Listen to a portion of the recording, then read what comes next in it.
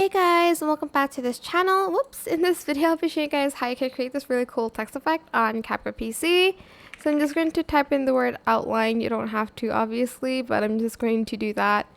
And I'm going to select this first, and I'm going to go to stroke, and I'm going to set it to around 25% for now.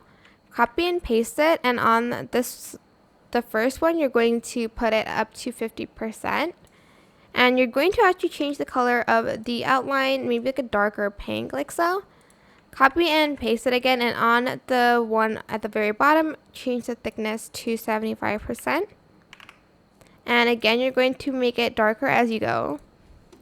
And then copy and paste that, and then make the last one 100%. And you're going to make it super dark. Maybe I should put like a background behind this, not before this. Like this white background so you can see a little bit better. And once you're done, I'm just going to copy and paste the last one here and select the one at the very bottom.